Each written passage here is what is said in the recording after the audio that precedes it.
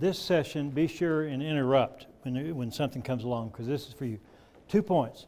How to launch an initiative from the company's point of view, how to get an initiative started. That's what we'll cover. So I hope I'll get through those. So first of all, let's go through this. This is essentially, if we were having a breakout, I put a breakout in here, but it's your homework assignment. The last thing down at number 5. Nagwag principles. That came out when I was writing the book. We got tired of saying no greatness without goodness, because that's a lot of words, and so the publisher created an acronym for it. Nagwag, no greatness without goodness. So it makes sense once you know it. So it's a lot easier to say it. And it's in the book. If you do ever buy the book or get the book, you can get it on Kindle, you can get it on Amazon, you can get it at the bookstore. We'll go through those real quick. Field of Dream. There's 2 approaches to this. That's number 2. And I'm going to jump to number 3 pretty quick. Think about this. I'm going to ask you about number 3 there. All these things are necessary to a successful initiative. Resources, the desire, the authority, a plan, the know-how, the opportunity for hiring people in your organization, that report to you. All those things, I think everybody would agree, were important. If you could pick one, what would it be? So you don't have to say it now, but everybody's going to get to vote when we get to that question. Does everybody understand that part? Resources, desire, authority, plan, know-how. If you could only have one, what do you think is the most critical ingredient? And this has gone. There's a lot of members of the club, and we talk to each other, and we have an answer to this question that we believe. And it'll be interesting to see how we line up. All right, so let's go real quickly, and we'll go through the Nagwag principles. And it says right there, discuss in more detail in the book, buy it, you'll like it. That's the only ad. I'm a terrible promoter. This is about all the promotion you're going to get. But when I wrote the book, I wrote 2 sections in the end, 2 appendices. How do you get started? And I put some principles in there, and then it said, as a parent, if you have a child with a disability, what are the things you need to look at, or what we learned from our experience? One is have a champion. No champion, no initiative. No champion, no initiative. It requires a champion. Every change requires a champion. This is a change. If we just are looking for more qualified candidates, we're going to have the same results as we always had. Doing the same thing, same results. This is about change. Set a goal and monitor relentlessly. There's kind of a no-brainer in this, but it's surprising how many people will start an initiative. For any other initiative, they will have measures and timing and all that kind of thing, but many people let's just hire some people there. We're in business. We do know how to, project management is what we're good at. Why wouldn't we apply the same skills we have in the regular, normal, traditional role as we would this role? Go big, inspire and identify visible barriers. Go big. What I mean by that, I have a lot of people would call me up. I remember the president of Clark Shoes called me up. He says, we want to do this. And I said, how many people are you thinking about hiring? And he said, we're thinking about hiring about 25 people, disabilities. And I said, what kind of disabilities do you have in mind? And he kind of described them. And I said, here's my only advice to you. Take your number, whatever you're starting with, and double it. And whatever range of disabilities you're thinking about, double it. Because that's what we found. You can go twice as big as you think you can. And when you go big, it doesn't inspire somebody. And like in my story, a lot of the story I told you today, I told to the organization. Because they had to be inspired to do this. They had to realize nobody had done this in the world, and if we've done this, we could be a model for the world. That's a truth. That's an inspiring, because people will do one thing for mission. They do very little for money. But something with meaning, That gets to the discretionary effort. Nobody jumps on a grenade for a stockholder. But when it's for something bigger than themselves, that's what this can be about. And with that inspiration comes a lot of creativity. And the invisible barriers, I talked about that a lot. We have a lot of them. They're unintentional, but they're barriers nonetheless. One of the ones is the way we regard people with disabilities. All of us, I believe, or let me speak for myself, maybe nobody has this, I have lots of prejudices. I'm very judgmental.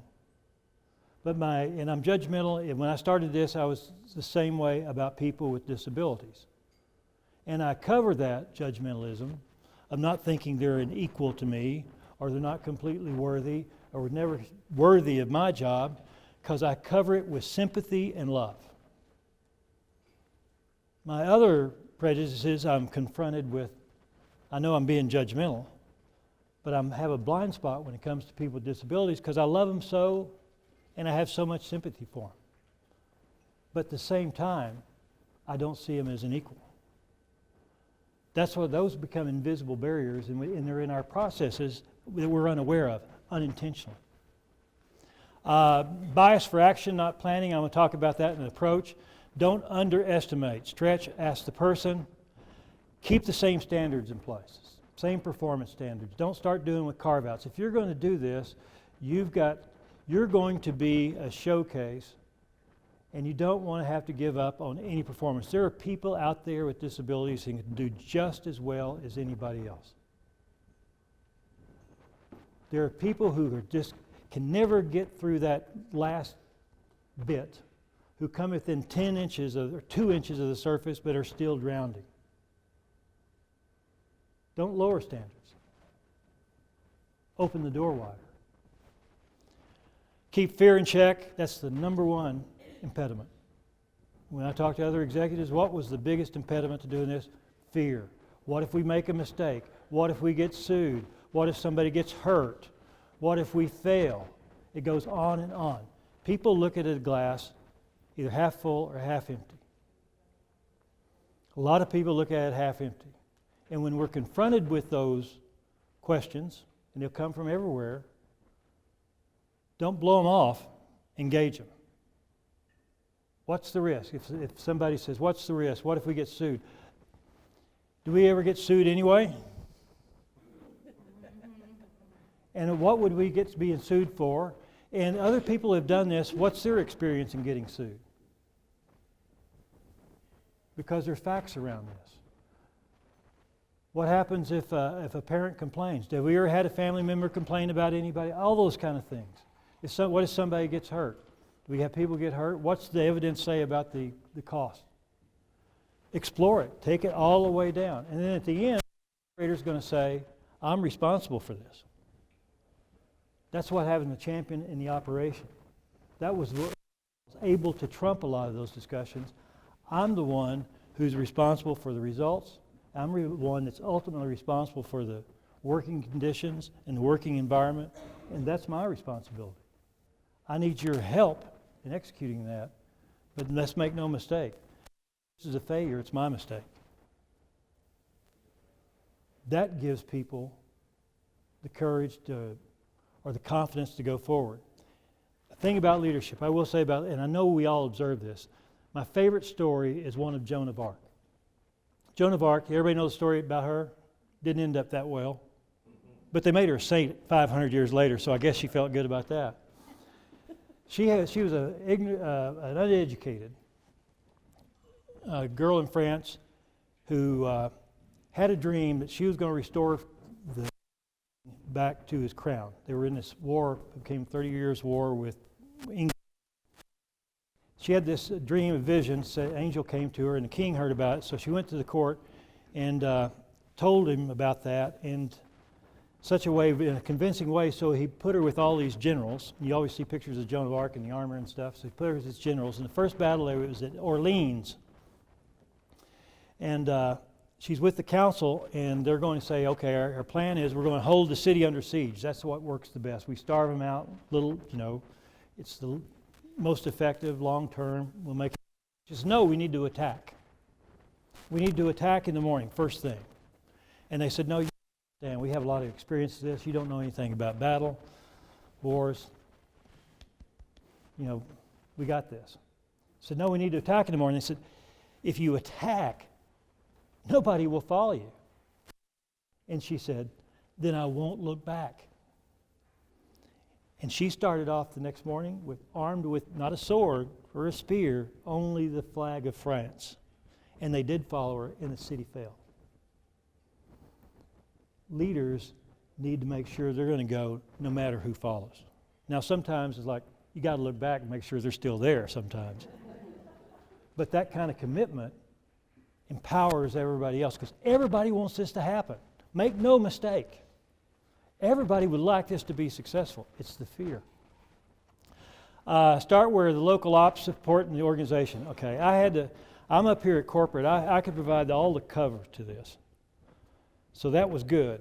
But when we opened up that center in Anderson, if we didn't have the general manager engaged, it would have never happened. Because he could do to me what I do to the CEO, drag feet on this. He was committed, so I had to pick a leader, or I had to have a leader volunteer who wanted to do this, but who was also a good leader if I was going to do any change, because this is about change. So having those two traits in the person where this, in the area or the operation is going to happen, a good leader, and a good leader with a heart for this. Because they're the ones who have to answer the day-to-day questions. And our distribution center, frontline managed, all those people you saw in that film had never worked with a person with a disability before in their life. They're the ones who say, now I'm a better man, a better husband, I'm more patient. I like the guy, which has not always been one of my long suits. He would sit there, they would come, what happened? So people were afraid to ask. He would have people write questions. At the end of the day, you write your questions you're afraid to ask in front of the other managers because you look dumb. We'll put it in a hat and pass it around, and he pulled them out one by one. And they talked about them. He didn't have all the answers. He said, what do you guys think?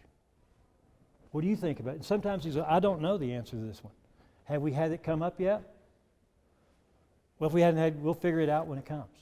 Sometimes like honesty. Honesty pays off in this. We didn't have all the answers for this.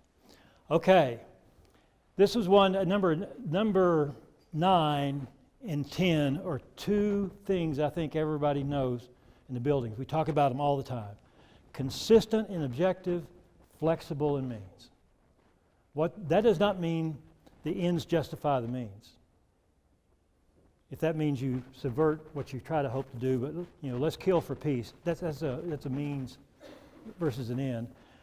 We're talking about we're consistent and objective. We want that inclusive workforce that's effective.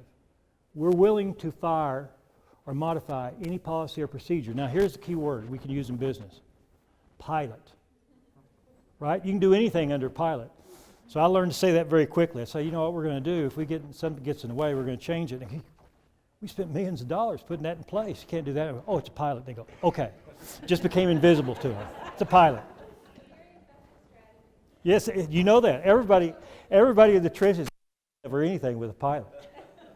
So what I'm hoping you do is launch a pilot. And that gave us a lot of room because, oh, by the way, and it really is because what we're going to do is learn from it. Manage and degrade. This is what we knew that we wanted to empower our managers. Everybody likes rules. People who like rules, it's easy to manage with rules, ironclad rules. Would you agree? Do you like to be governed by ironclad rules? Well, here's the question, and I'll ask this group because I ask every group. This is your choice. In your company, would you like to be governed? Would you like your bosses to come to you and say, yeah, I have some ironclad rules. You break them, you're gone. You keep them here, you keep the other rules, you're okay. Or would you rather us have principles that we try to adhere to and we kind of go with the flow? If there's an exception here or there, we want everybody to keep their job.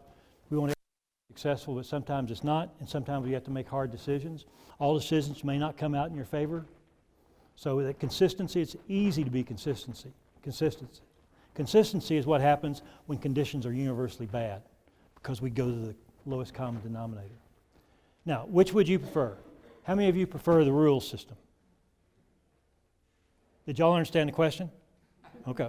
How many people want principles? That's generally everybody. So that's what we told managers. Here are the principles we're trying to achieve. We want a good worker is somebody who pulls their weight, helps out when they need to, respects the job, other people around them, and themselves. Kind of another word for not being a troublemaker. And an exceptional employee is all those things plus makes the place better. That's what we're trying to work for. Those are sort of the principles. And we want to be fair, and we want to be able to justify it if we had to stand up in front of anybody to say why we made the decision. Those are sort of, that's called managing in the gray.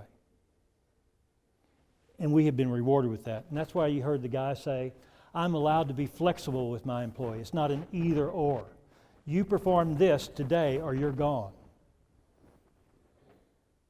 What they don't want to do is fire anybody in that building, so they work their tails off to make people successful. When I hear managers in that building, they tell me stories.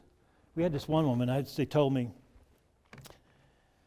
Iris, she's teenage boys, had never had a job, been on Social Security her whole life. She has cerebral palsy. We put her on the line. She has to operate a machine that has a collar around the button. You know what I'm talking about? It's flat.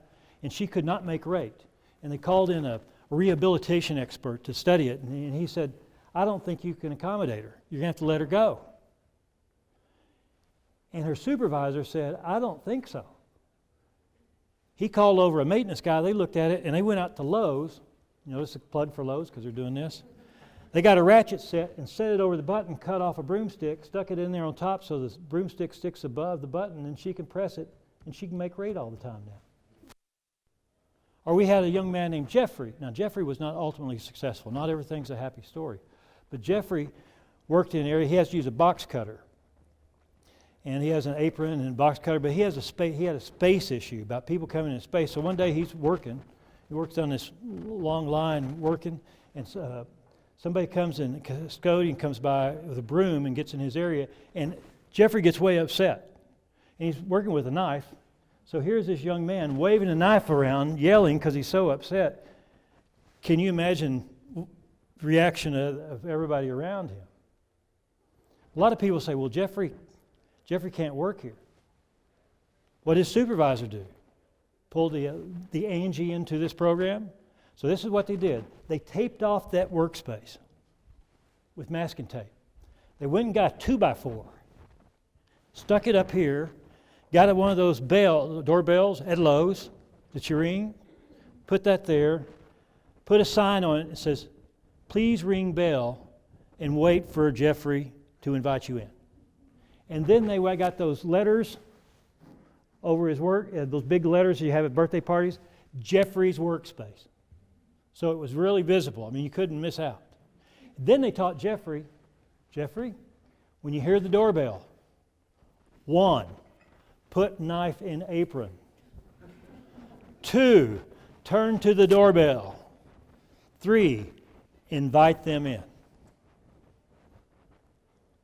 Wow. And to hear them tell, they invented that. Wouldn't you like to work at a place where that's what management does? Now, he was not ultimately successful. But do they sleep at night? Yes, they do. That's only the standard. Visible support from the top. This is culture change. It always requires people be reminded. There's a thing called the null curriculum. What we don't talk about is not important. What we talk about is important. This is not a fire and forget the first 5 years. Maybe not the first 10 years, because we're overcoming millions of years of evolution about this. It doesn't happen overnight. We talk about it, we remind it, we reinforce it. Community partners, I've talked about that. They're the ones that really make this happen. Be very demanding. A lot of community partners come at us with one specific disability because they're worried about placing people. We had to say, we can't do that. When I was in Connecticut, we were getting ready to open up Connecticut, we had a meeting, Voc Rehab, which is, the state agency that disperses all the money from federal government and state money, had every group in. We had the mental retardation. I know them because they were sitting beside me. And I know the blind people were sitting over here because he said, don't work with them because they're too big a pain. Work with us. We had the deaf people, we had the autism people, we had all these different people who were saying, work with us. And I had to stop the meeting and say, wait a second. From a business perspective, none of your clients are capable of doing the work. That's what the going in position is. If somebody's successful, all the boats will rise. You've got to work together. And oh, by the way, nobody has enough candidates on their own to fill all these jobs. Cooperate. You're in this together. Because guess what? I would tell employers, if you want to try to do this with essentially no risk, start hiring deaf people. Because when you find out in our work, deaf is not much of a disability. And the added thing, there's two added things. Deaf people are so well organized, they know every other deaf person in the community. They'll do the recruiting for you. And the second thing you'll find out is everybody's starting to learn to sign. In our Waxahachie Center near Dallas, all the managers have learned to sign, and it's the biggest problem when the general manager has a meeting, because while he's talking, everybody's signing to each other what he's talking about. So he knows how to sign, and he knows how to sign to say, shut up. I'm talking, and he doesn't miss a note. But there are so many people, they have to work together. TWG, the alternate pipeline, and it's based on the job performance. On the job. I hope OTJ, not OJT. On the job performance. That's what was our secret. Because they couldn't get through that traditional system. The inspiration, everybody wants to make a difference.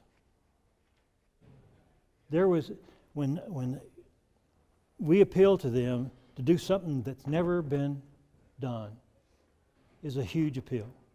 And you know what? The field's wide open. The field's wide open on this. There is nobody, I guarantee you, any one of you, or if you came together as a community, we'd like to do this as a community, you'd ring bells across the country. At First Third said, we want to go big time, we want to go across the country with this. You'd ring bells across it. Old National Bank in Indiana really wants to know about you because they want to go big and they're going to put tellers in their back operation. They want to go across the whole state. We don't have a big example in banking. Autism's got a thing now about SAP and software testing.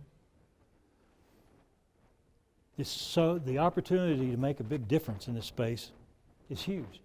Is there a community that said in local government we want to hire people with disabilities and where it's representative? Because, by the way, these are our citizens. It's easy to go forward with that. And then what we did, we gave it away. We used to never at the Walgreen Company let anybody in our centers. We were like Michelin. Michelin would never let anybody in their plants. And the reason we didn't let anybody in, it was either one of two reasons. It was because we were so good we didn't want any competitors to see our operation, or we were so bad we didn't want them to know how bad we really were. One of those two. We like to think it was the first one. But when we did this, what gave it power, when I announced this to 5,000 store managers in Las Vegas, what gave it power is I said, and when we're done, we're going to invite all the companies, any company in the world, even our competitors, even dreaded Walmart, in, and we're going to give it all away. And we did. And so most of those companies that came, they came and visited. We said, bring in a team of your managers. Do this. We'll conduct a 1, 2, 3 day workshop out on the floor and actually do this. What is ours is yours. That gives it power. So let's go back. Field of dreams versus point A to point B. What I have observed, some companies, when they want to start this, what we're really good at is process. Would you agree? That's what we organize around that. We have specialties. So when I was at this big conference, there were a lot of companies who were talking about people with disabilities because there's a federal mandate now for federal contractors, 7%. Are any of you under that? Any of you federal contractors? And so there's a 7%, 501c3 or what? No, that's a charity. What's the ruling? Section 503. What? Section 503. 503, okay. 501c3 is it? Is a nonprofit. Yeah, okay. And 503? Is section. Okay. What? How are they so confusing? There's more numbers than that. That's the directive that says if you're a federal contractor, make best efforts to get 7% of your workforce with a disability. Right? It's required. So as a company, what's the first steps we do as a company when we heard that? Let's go out and get everybody to disclose that we already got. The first step wasn't how are we going to hire more people with disabilities. It was how are we going to get people to disclose. And then at this conference, the other thing we're going to do, we got to organize an employee resource group around this, disabilities. We got to make that an effective group. And then what we ought to do is we need to maybe centralize accommodations, because the best practices say instead of accommodation, we need to figure out how much we're willing to pay for accommodations and get a process around it when somebody asks for it. And what we ought to do is go out to our contractors who are and our vendors and get them to hire people with disabilities. Have you all done any of those things? Now, how's it doing for employing people with disabilities in your company? Because that's the process. That's why, and the reason I call it the Field of Dreams, that's important for the long run. Those are things in place to support what exists. But it's hard to start from those places. And I call it the Field of Dreams. It's kind of like, we're going to plow this field, we're going to do all these things, and spin around these things, and hopefully the birds from heaven will come down and drop people with disabilities into this. It's important for the long run, but for the short run, I think the shortest distance from point A to point B is to hire people with disabilities. That's what we did. We're going to hire 200 people with disabilities. What do we need to do to support that? That's where it starts. And once you do that, that becomes clarifying, because also we're really good at business at going from here to there. All the creativity is in that. And oh, by the way, there's success at the end we can see, we can measure, we can learn from, and repeat. Success breeds success. Failure even breeds better success next time. All right, so let me kind of tell you, I would do, okay, I got to cover this, and I'm going to cover this. Number 3, have you got the answer? Resources, desire, authority, plan, know-how, opportunity. All right, how many people are voting for resources? You have to have, that's the only one thing you would have. Okay, how many people voted for desire? Okay, and how many authority? How about plan? Plan? Know-how? Opportunity.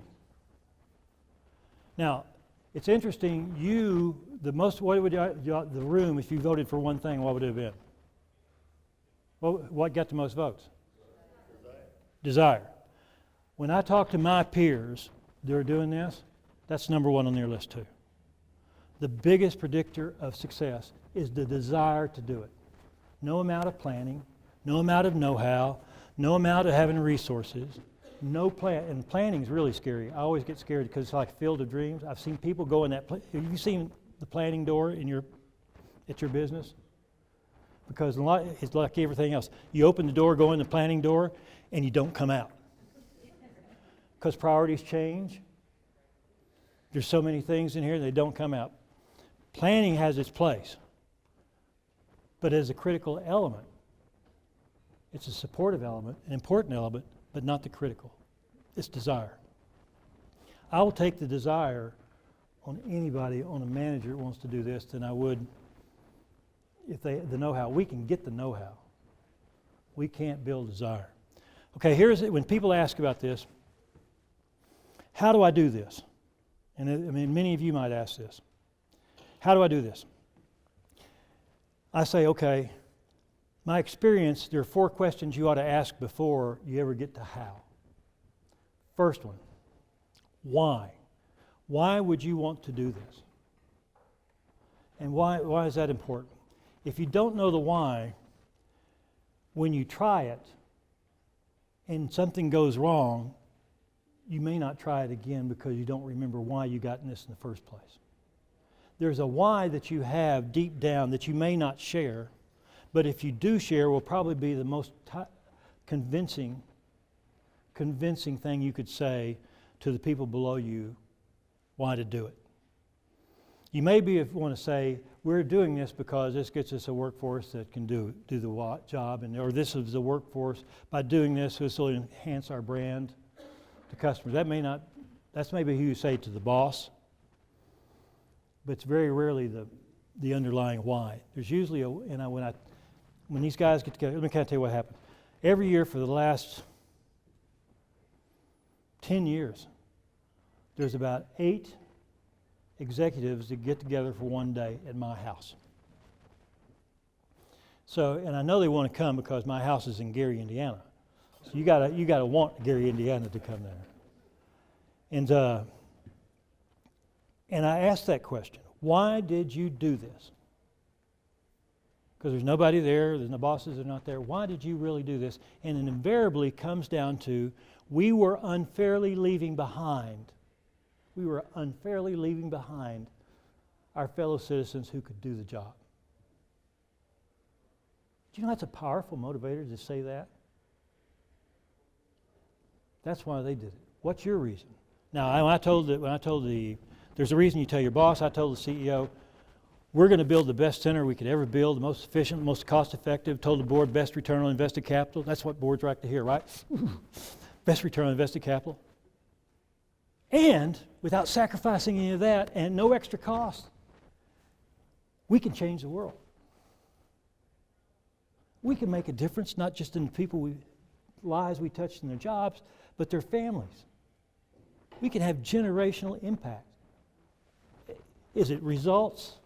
Is it results, or is it hiring people with disabilities? Yes. It's an and answer. That's what we told them. Why? What? What is the big dream? Imagine this is going to be successful at your place of work. Looking forward, it's success. You're now at the end of your career and you're looking back.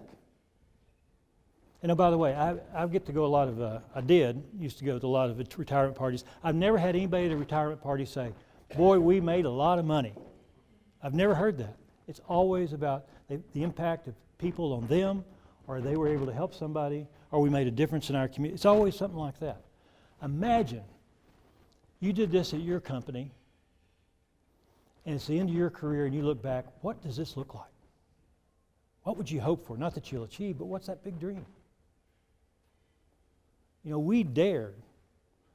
And when I sit around with those folks, and I ask that question to the other guys, the folks who are doing this, I was shocked by the answer. The senior vice president at DTE says, when we're finished, I want the whole state of Michigan to be the #1 state for hiring people with autism. I want people to come from all over the world to be in Michigan. And I ran around the table, and I remember this other guy. He's from Seattle. He says, what I want people to recognize on some of the people, and I remember the ones about autism because they stuck out. He said, I want people to be able to recognize that autism may be the next level of evolution. Those were huge. Nobody said, I think I'd like to hire 20 people this year. Those were big dreams, and they had power to them. And the reason the big dream is important, because on the what's the big dream? Because the big dream helps us determine what we're going to do and not what we're going to do. Because we don't know how we're going to get there or how long it's going to take, but we need to do something that's kind of consistent in getting there, and that's against the big dream is how we measure if we need to change or not. When we had those enclaves, our big dream was inclusion. Our big dream was, like I told, the hope and history. We welcomed them as our own. It's completely inclusive. Full, engaged people. And when that woman said, I'm not one of them, we knew we were off track. Time to readjust towards the big dream. That's why the big dream is important. And along with that, what are you willing to do, not what are you not willing to do? That's really important on this. What are you willing to do? We're willing to change any policy that gets in the way of an inclusive, effective workforce. I'm willing to set aside a number of jobs and set a goal. I'm willing to manage in the gray. And I'm willing to open up our centers, partners to come in and learn our jobs. What are we not willing to do? We're not willing to spend any material amount of money. And we're not willing to lower our standards because that's not consistent with the big dream if we're going to have full inclusion. That was part of the reason we kept the same performance. We weren't willing to do that. Those kind of set the resources around it and the constraints. That's what the what. Now the where are the jobs? Where is the hiring opportunity? And I always like to think of entry level. Why entry level? Because people with experience are probably employed, maybe underemployed, but they're trying to hold on to those jobs as long as they can because it's so tenuous. Entry-level jobs, you don't have all that experience requirement, may have education requirement around it, but there's a bigger pool out there, and you can develop that talent, and there's typically more jobs in entry-level positions. That's a good place to start. And it's not jobs for people with disabilities. Now, when you thought about it on that person with a disability and the job appropriate, do you think it was, what kind of job was that were you thinking of? Did anybody have a line manager as a job? Did anybody have a clerk doing repetitive, routinous work? Because most people come to that. If you were in a grocery store, you would have had the bagger. A lot of people do. What are the jobs? It's up to the supply side to figure out the right people to do those. Start with jobs, not jobs for people with disabilities. And the who. Who is going to be the local champion? Who is that leader? Good at change, good leader, has a heart for it. That's what's required. Then go out to the system. Then you figure out, what does this thing look like? Before you ever get a partner, where do I want to do this? I know who the leader is. I have a number I have in mind. I got all these jobs here. What's what we call the smallest executable version? You'll see this picture. Can you read that? It says smallest executable version. I'll read it. It moves us towards the big dream. It strikes a balance between the likelihood of success, the movement towards the big dream, what we will learn or prove, and what will also inspire us. When we started, the lowest possible, the smallest executable version was Enclaves, because we had no experience. Now, and then when we learned that wasn't getting us on track, the opportunity came along to open a whole new center. If we hadn't had a new center, we couldn't have gone as big as we did. We would have done it in our existing operations, which we've done now. But the time came at the right time. We could go big. Smallest executable version. Then it's time to call, and that last one right there says, get the coalition of partners. Here's what it says. Should have the all boats rise attitude. Remember what that was about? All boats rise and they should be open source mentality. When you have a lot of partners, like any business, is we want to sustain ourselves, right? That's what every organization wants to sustain itself, and sometimes that means what I need to do is grow. If I'm not growing, I'm dying. Have anybody heard that phrase? You know, essentially the best model for business, and if you go back to business school, in Michael Porter's book on competitive strategy, it has the forces, competitive forces. Industry competitors, new entrants, innovator, suppliers, employees, and regulations. Those are the things you need to contend against. If you're successful, you have a monopoly. That's called success. A lot of partners, they want to grow. And if they say, I want to do all you, I want to be your partner in all things, I'm the go-to person, and everything has to come through me, that's not going to be that successful. Partners, our lead partner has a coalition and represents all disabilities. All boats rise. When they put out those job descriptions and those requirements, our partner, Dale Thompson, had placed 13 people the previous year, his best year ever. And we were asking for 75 for day one, and to grow to 200 within a year. He went out and formed coalitions with all the agencies in 3 counties, all the schools, gave them all the requirements, said you pre-screen according to these requirements because they understood our jobs, and the first person that we're going to put in the building, the sequence is the best prepared, the most likely to be successful. We're not going to go you, and then you, then you, then you. We're going to take the best people. Because guess what? Everybody's going to have a chance for this. There's enough room for everybody in this. And if people wanted to up the scores so they could kind of get a person in earlier, guess what happens? If they failed, that came back on the people who put them forward. So it was in their interest to be fair about it. And guess what? All the boats did rise. All the boats did rise. Understand the jobs and expectations. That's what we want our partners to do. Find the pre-screens candidates and provide the support through transition and into full employment. Our transitional work group, in our now it started off at 9 weeks, now it's 7 weeks. They pre-screen according to our jobs. And we have a hiring plan that they adhere to. They bring people in. It's on-the-job training. They're doing real work. We pay them as temps. They provide the job coaches. And once we think they're successful in that 7-week period, they're hired. Then they come as if they started through the front door, and they got, for typically able people, or people come through the front door, it's 7 weeks probation. They have another 7 weeks probation to get up to speed too.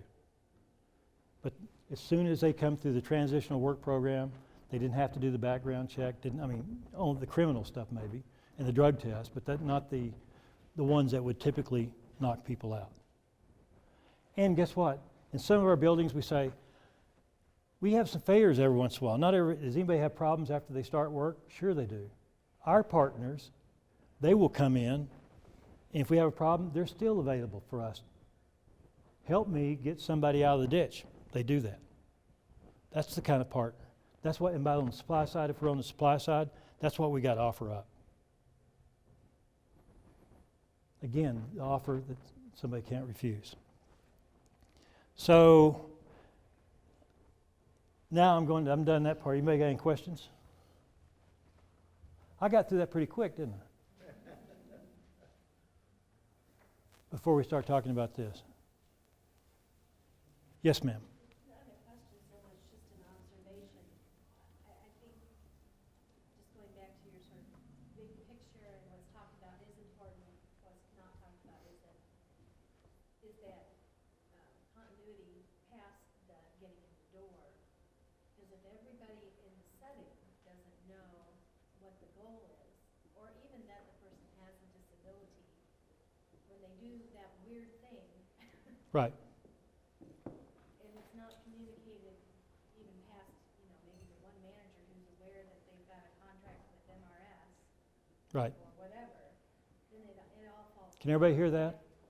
I just feel like that some way to help the both the suppliers and the companies who are trying to take a step, but just maybe not taking it wholly enough. We're If we don't, everybody's on board and we all understand what's going on here, and if a new hire does something that's not quite right, how do we put that tape on the floor? How do we explain, if we have, can y'all hear this question? No, it's more of a comment Right. than a question, I guess, or. precisely. If people don't know where you're going, they don't know how to get you there. So the person sometimes can get through the door, but they don't stay there because of all these other pieces that aren't in place. Well, we don't have, say, this person, we do not, when this person comes on the floor, this person has a disability. We don't even do that. We say, we're hiring people with disabilities, and we'll tell everybody how many we got in the building.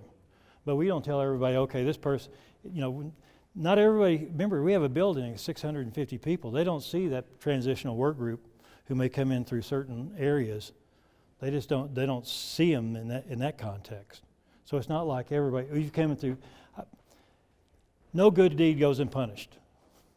I remember somebody claiming one time, well, you're a sheltered workshop, you got so many people with disabilities, that's called a sheltered workshop. I said, show me a sheltered workshop pays $15 an hour. Okay, if that's a sheltered workshop, we need more of it. Or I had somebody that says, well, you know, there's a stigma about coming into the transitional work group. They're marked as people with disabilities. Oh, really? Most people don't know who comes through that door. We know we've got a lot of odd people and weird people, and guess what? We got a lot of weird, typically able people too. But we had to say, we're doing this with intent. I guess I agree with you. I Yeah. guess I'm just saying a lot of times Right. the other approach is to say, well, we've got the people out there hitting the trail for, saying, talking businesses into hiring people with disabilities, trying, not trying out. And one person in that place of employment. Right. So it's just not a buy-in. It's not the bigger picture. Yeah, it's onesies, twosies. So if that person's not available to help communicate, then it sort of all falls apart because they've done this hard sell on, oh, just, it'll be okay, just try it. I'm really trying to get people with disabilities into these, I don't know, I'm just babbling, but I I think there's tiers of support.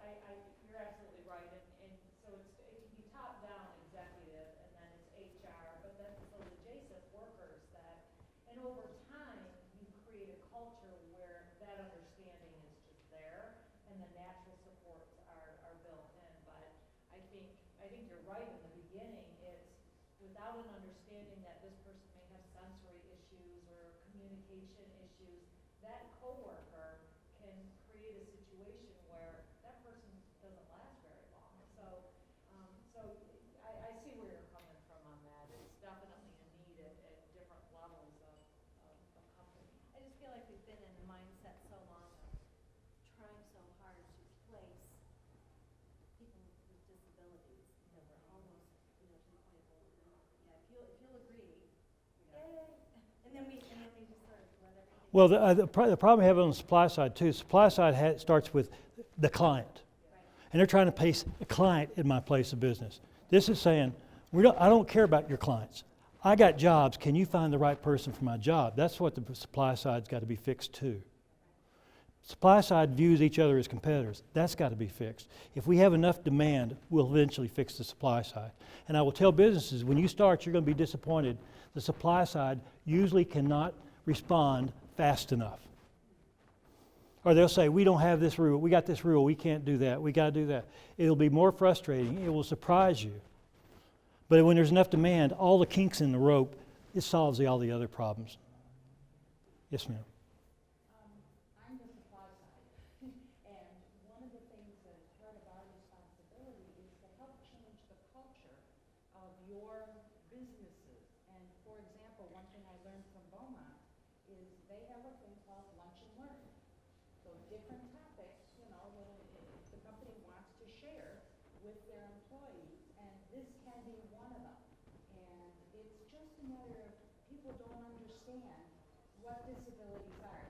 How do I deal with my coworker who I don't understand what his disability is? Just treat them like everybody else. Understanding what different type of disabilities are and what they entail. People don't always have exposure to that. So that lunch and learn type of atmosphere does help, and your suppliers of your people can help educate your workforce and make that change happen. And we did sensitivity training for all the managers. Exactly. I think we did like 2 days worth of it over time. And then we had the question and answer period. And I went out to every center and told them what we were doing, even before we started doing it. And when I told the store managers, I asked, in the 5,000 of them, I asked them at the end, because I didn't know if they were buying into this, if you know somebody with a disability in your family or your neighbor or hold somebody in your heart with a disability, stand up.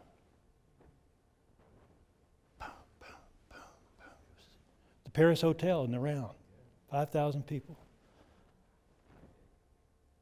1,000 people stood up. This is something they want to happen.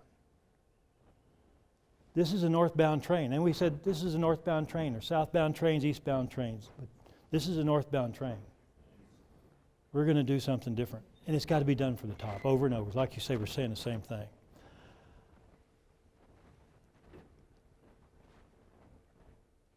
Anything else? So you know how to do it. Okay, you want to talk about how we get somebody to do it. All right, this is about convincing somebody. A concept sale versus brand sale. Do y'all remember the days when there were no disposable diapers? Yeah. Remember those? Those pails? Well, do you remember what the first disposable diapers was? What brand it was? Pampers. Pampers was the first disposable diaper. And all the ads, when you look at an ad for disposable diapers today, if you can see one, or if anybody watches TV, you got Huggies, you got Pampers, you got all these other kinds. Walgreens brand, which is really a great brand, by the way. Pampers commercials, what were they talking about? They weren't talking about being the best disposable diaper. They were talking about how much better they were than diapers. It was a concept sale. They were selling the concept of a disposable diaper. They weren't selling the brand of Pampers. It was a concept sale. A brand sale is what they're in now. Once the concept's accepted, now we can get into the specific brand. Now in the world of disposable diapers, it's going to be about my diaper versus yours. This is a concept sale, not a brand sale. I'm not placing my people. I'm selling the concept that there are people that can do the work that you can't get to. The concept. We can worry about the details once you buy the concept. I can't sell the brand. I can't pick the wedding, start selling the wedding china before they're sure you want to get married. Think about that. It's a concept. You got to sell the concept, then we can start getting into the details of how we're going to do it. Because I don't know what the smallest executable version will be of success that's going to move us towards the big dream. Is it going to be working with the school systems, bringing some people on board, but I'm very low risk? Or is it going to be something bigger like an enclave? Or is it, I got a greenfield, I got a guy that's never done this before, it's going to open up a new center in Denton, Texas. He calls me up and he said, I'm thinking about hiring people with disabilities. And I said, well, how many are you thinking about hiring? He said, hadn't thought about it, but I think I like the idea. And I said, we opened 4 buildings that have similar technology as you, what we call our low-tech buildings. And our standard was 25%. He said, well, how do you know it works? Because we did it 4 times. So I said, based on the numbers why don't you plan on opening up with 35 people? Now we're getting something. That would be his smallest executable version, because I said, you know what's great about starting up? You don't have a culture, you don't have all your procedures in, you got all this stuff new, you got new management, people are open, there's excitement. Perfect for going big. That can be your smallest executable version. Now, somebody else, we might say, they have an existing operation. If you want to do it lots of different ways. What's the big dream? What's going to get us there? Principles of buyer behavior. Now, this is we got to remember this. People buy on emotion, not the facts. They need the facts to justify the emotional buy. When I ask people, did you use our cost-benefit study? And the supply side is always looking for the Holy Grail. The most convincing cost-benefit study in the world that's going to convince every employer that hiring people with disabilities is good business. I've never seen that work. Somebody asked me after the meeting, says, had you have done a study on the profitability of hiring people with disabilities? I haven't done that study. I haven't been asked that question. I have been asked by skeptics, what's your return on investment of hiring people with disabilities? And you know what the answer to that is? It's the exact same as our return on investments as hiring people who are typically abled. What's yours? They don't have it. We don't do that. Can people either do the job or they can't do the job? We don't go through that with our typically able people. I don't even know how you would go about return on investment. We don't go through that process. There's all that facts have never done it. When I asked Lowe's, I said, did you use our cost-benefit study? He said, I think we looked at it. Why did you hire people with disabilities? Right thing to do. When you talk to the head of the CEO of Colgate, they're big into green. And I remember he had the executives together and he was presenting, they hire a lot of blind people and they do a lot of green stuff. He said, you're such a huge company. Why did you launch these initiatives? Did you do a cost-benefit study? He goes, no. Well, why did you do it? He says, why wouldn't we do it? We know it's good. Why wouldn't we do it? That's why most people deep down, they may be afraid to say that. They want to do it. Then we got to help them with the facts. What's in it for me? Naturally, people like to follow the crowd. The great thing is success breeds success. The one thing about the club is getting big enough that some of the things that we did, people can forget about that. They can go forward and learn. They can go out to P&G and see what they're doing. They can go to Lowe's and see what they're doing. They can go to Starbucks up in Nevada and see what they're doing. They can go to West Marine and see what they're doing. Or they can go to Louisville or Best Buy and see what they're doing. There's enough examples out there. There's going to be enough examples in other industries. Follow the crowd. Benefits versus risk. When I was in consulting, they had a very good graph to teach us, because when you're buying a consulting engagement, you're spending typically, it'd be millions of dollars sometimes. So it'd be like big sales. And I remember seeing this graph one time, the sales cycle. And on this side, here's decision time. And it said, here's a line here are benefits, here are risks. Don't you love people that face their slides when they talk about it? Okay, so you get, I'll look over here. Okay. Benefits, risk, decision point. When they start off in the selling cycle, what are they focusing on? Risk or benefits? Benefits. When you present this kind of, wow, this could be fantastic, blah, blah, blah. And you can go through this. You can play this with disabilities. Hey, you can make a difference in all these lives. We get a workforce we can't get otherwise. We're going to have better retention, less absenteeism. We're going to have more engaged man. Start talking about the benefits. But as you get closer to the sales cycle, to the decision, boom, what are the risks? Now, if you don't think that graph is true, how many of you ever bought a house? How was it the night before close? It's just a natural thing. So on the supply side, when somebody gets into this decision process and they're getting into the benefits, be aware there is going to be a valley before decision. And don't deny it, and expose it and deal with it then. I got your back, we can do this, go through that to help them through that. How do we get through that buying a house when we can't afford it? The money will come from somewhere. They can't run us out that quickly. My boat will come in. I mean, I've done it all. Or when somebody from another part of the organization says, we can't do that. We can't do that. Rather than argue with them, why can't we? What's the bad thing will happen? Is that based on fact?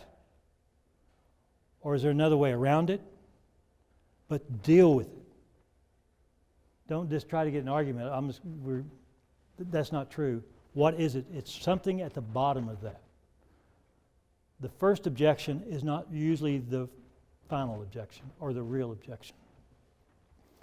And I could, in our case, the board, what happens if it doesn't work, we'll adjust. And they said, okay, it's kind of like pilot and we'll adjust. Those are the two words that can get you through anything.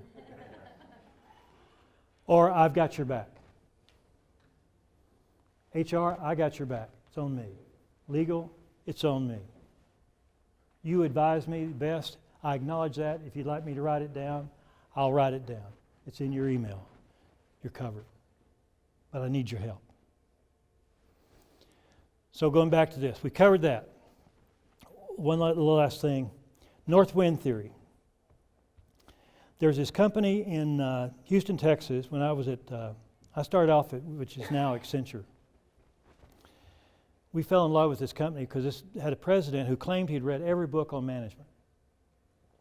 He said every book only is worth one idea, and the problem about having all those ideas, you can't remember them. So he came up with this thing called Modelnetics. You can go online and look at it. He's still selling it. And he said he had all these concepts about change or about all these, he called them different grids, and he had these little stories, and they had a name and an icon. And the great thing about it, you could have them on a piece of paper, have them in your pocket, or pull them out of your desk. You ever get in those arguments, at the end of it, or a day later on the way home, you went, Oops, I thought of that. We had a little grid for that. And I remember the change grid, north wind theory, and it's a great concept because it became part of the lexicon inside of Accenture, and we get ready to go to client, we got to say, we got a north windom on this. We're really behind on this one. What does it mean? Okay, how is wind created? Is wind created by a high pressure zone from the outside or a low pressure zone from the inside? And here's a tip. When you look at the barometer, what are you looking at? It going up or going down when you're worried about a storm? What's that? Where you got going down. A low pressure zone is where it pulls in the weather. Pulls in the weather. So what essentially that concept means, people don't buy what they don't want to buy. We can't force it on them. We got to figure out what they're trying to buy. The low pressure zone. We've got to help create a low pressure zone to pull in the decision.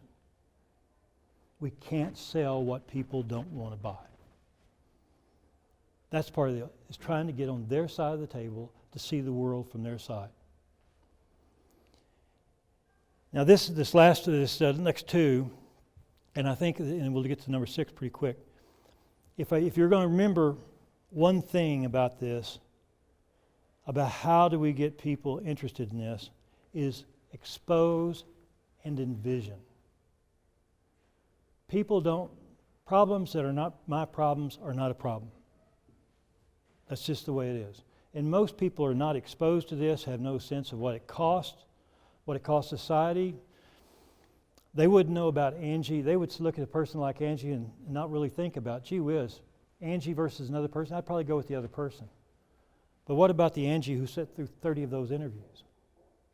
Who could do the job?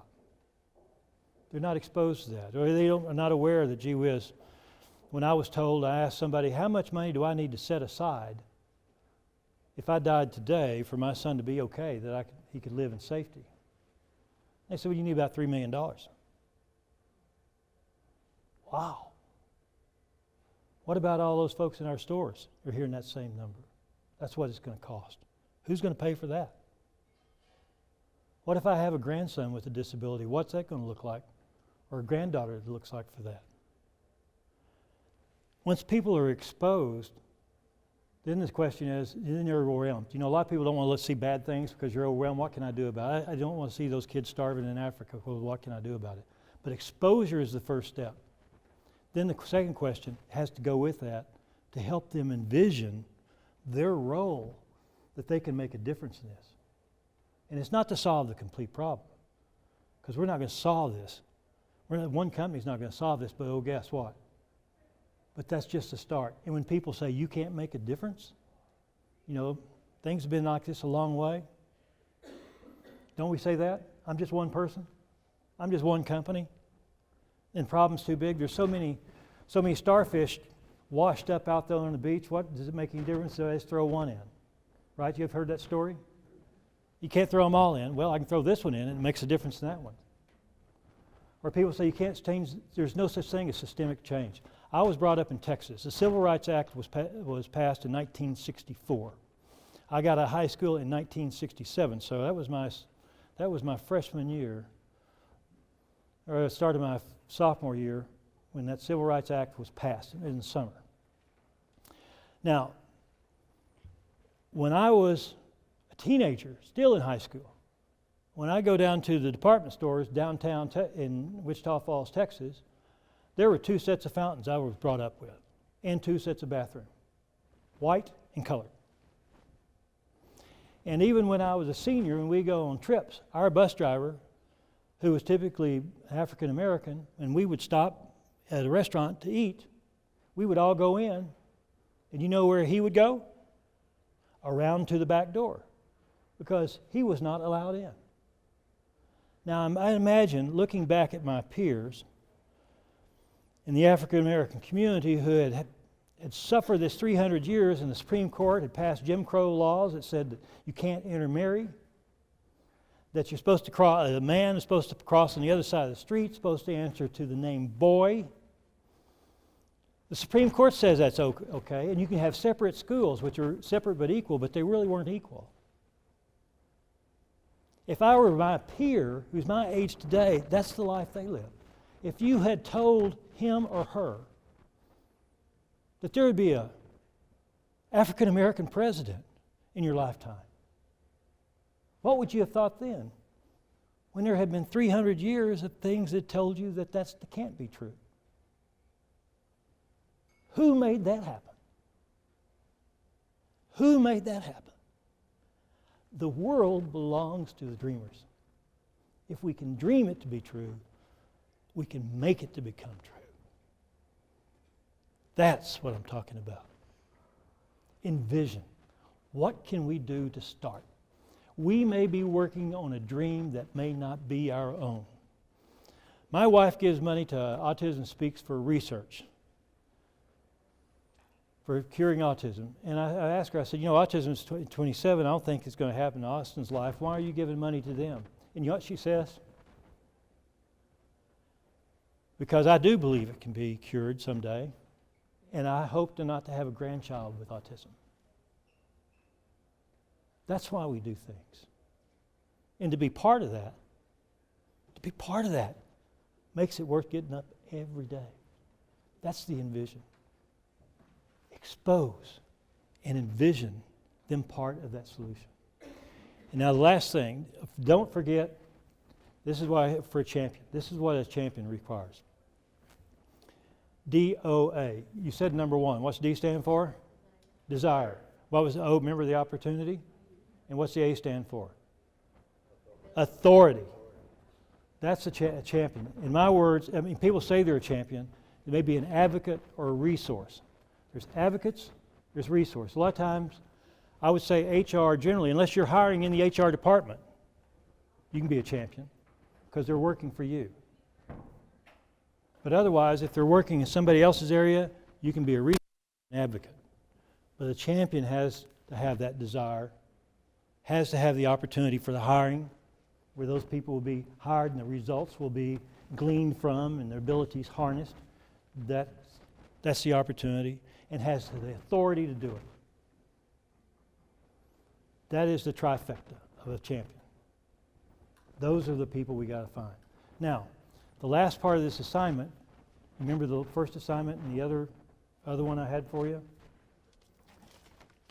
You guys should have written these down. If you wrote down my phone number, you should have written these down because I'm going to ask you when you call me.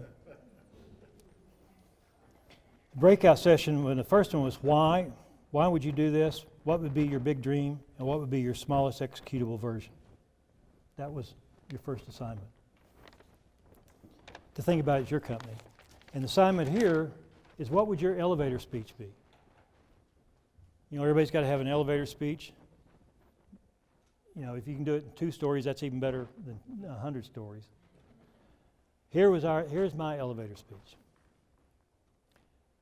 There's a whole group of people that can do the jobs as well as better than anybody that we can't get to because of these inadvertent, unintentional walls we built.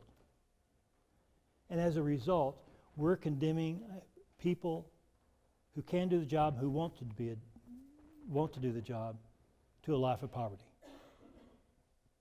That's it. And we can do something about it. Would you consider it? That's my elevator. But you've got to have your elevator speech. And that's that.